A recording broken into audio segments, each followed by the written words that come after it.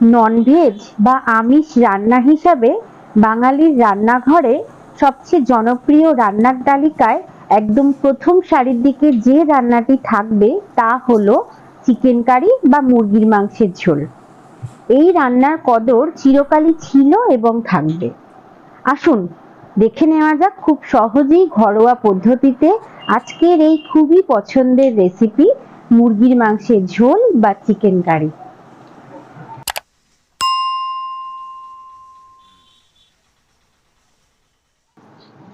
Chicken curry বানানোর জন্য আমি বাজার থেকে 600 গ্রাম মতো চিকেন মাঝারি সাইজে কাটিয়ে নিয়ে এসেছি।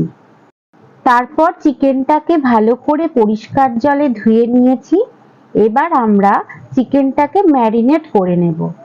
ম্যারিনেট করার জন্য 2 চামচ টক দই, 1 চামচ কাশ্মীরি লঙ্কার গুঁড়ো, 1 চামচ গরম মশলার গুঁড়ো ও 1 চামচ হলুদ গুঁড়ো দিয়ে ভালো করে মাংসটাকে মাখিয়ে নেব। একটু সময় নিয়ে মাংসটাকে ভালো করে মশলার সাথে মিশিয়ে নিতে হবে।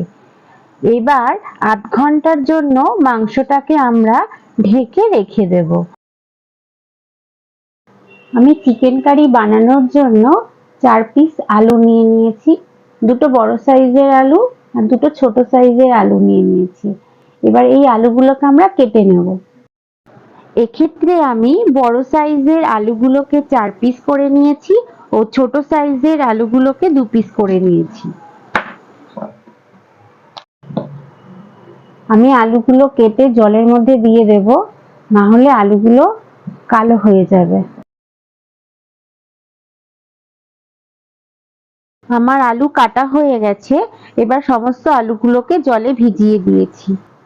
আমি এখানে দুটো বড় সাইজের পেঁয়াজকে ভালো করে কুচিয়ে নিয়েছি আর নিয়েছি 10-12টা রসুন এবং 2 ইঞ্চি মতো আদাকে ভালো করে পেস্ট করে নিয়েছি আর একটা বড় সাইজের টমেটোকে ভালো করে পেস্ট করে নিয়েছি আর 4টে কাঁচা লঙ্কা।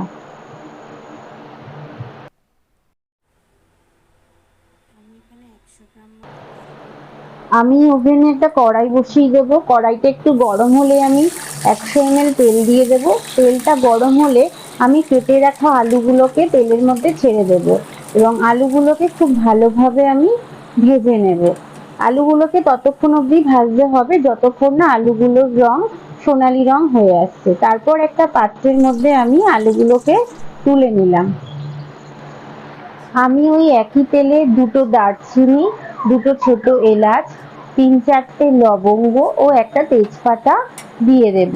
তারপর কিছুটা সময় নাড়ানোর পর যে কুচিয়ে রাখা পেঁয়াজটা ছিল সেই পেঁয়াজটা তেলের মধ্যে ছেড়ে দেব। পেঁয়াজটা দেওয়া হয়ে গেলে তেলের সাথে ভালো করে পেঁয়াজটাকে মিশিয়ে নিতে হবে এবং পেঁয়াজ যখন একটু সোনালি রং ধরবে তখন চিড়ে রাখা লঙ্কা এবং আদার যে পেস্টটা বানানো হয়েছিল সেটা তেলের মধ্যে দিয়ে দেব। তারপর আবারও ভালোভাবে পেঁয়াজের সাথে মশলাটাকে ভালোভাবে মিশিয়ে নিতে হবে যতক্ষণ পর্যন্ত না আদা রসুনের গন্ধ চলে যাচ্ছে। তারপর যে টমেটোর পেস্টটা করা ছিল সেই টমেটোর পেস্টটা দিয়ে আবারও ভালোভাবে মিশিয়ে নিতে হবে। টমেটোটা ভালোভাবে মশলার সাথে মিশিয়ে নিয়ে এবং টমেটো থেকে যখন কাঁচা গন্ধটা চলে যাবে তখন স্বাদ মতো চিনি এবং 1 চামচ নুন দিয়ে আবারও আমরা ভালোভাবে মশলার সাথে নুনটাকে মিশিয়ে নেব। এবারে আমরা 1 চামচ জিরে ধনের গুঁড়ো মশলার মধ্যে দিয়ে দেব। তারপর ভালোভাবে কষিয়ে নিয়ে যখন মশলা থেকে তেল ছাড়বে তখন আগে থেকে ম্যারিনেট করে রাখা মাংসটা মশলার মধ্যে দিয়ে দেব। তারপর আবারও ভালোভাবে মশলার সাথে মাংসটাকে মিশিয়ে নেব। 2-3 মিনিট ধরে মেশানোর পর তারপর ভেজে রাখা যে আলু আছে সেই আলুটা মাংসের মধ্যে দিয়ে আবারও ভালোভাবে মিশিয়ে নেব। একটু সময় নিয়ে মাংস আলুটাকে ভালোভাবে কষিয়ে নিতে হবে। কিছুক্ষণ সময় নিয়ে কষানোর পর যখন মাংস থেকে তেল ছাড়বে ও মাংসের মধ্যে সুন্দর গন্ধ বেরোবে তখন প্রয়োজন মতো জল দিয়ে দেব। অন্তত মিনিট 10 সময় ধরে ঝোলটাকে ভালোভাবে ফুটিয়ে নিতে হবে এবং খেয়াল রাখতে হবে যে মাংসের আলুগুলো ভালোভাবে সিদ্ধ হয়েছে কিনা। আমাদের চিকেন কারি মোটামুটি রেডি হয়ে গেছে। এবার একটা পাত্রের মধ্যে মাংসটাকে আমরা ঢেলে নেব। আমার আজকের এই ভিডিওটি কেমন লাগলো? ভালো লাগলে অতি অবশ্যই আমাকে একটা কমেন্ট করে জানাবেন। সেই সঙ্গে লাইক, শেয়ার এবং আমার চ্যানেলের নতুন বন্ধু হয়ে থাকলে অতি অবশ্যই একটা সাবস্ক্রাইব করার অনুরোধ রইল। সবাই খুব ভালো থাকবেন, সুস্থ থাকবেন এবং পাশের মানুষগুলিকেও ভালো রাখবেন। আবার খুব তাড়াতাড়ি ফিরে আসছি নতুন কোনো ভিডিও নিয়ে। ততক্ষণের জন্য সঙ্গে থাকুন এবং সঙ্গে রাখুন রান্নাঘরের স্বাদ কাহুন।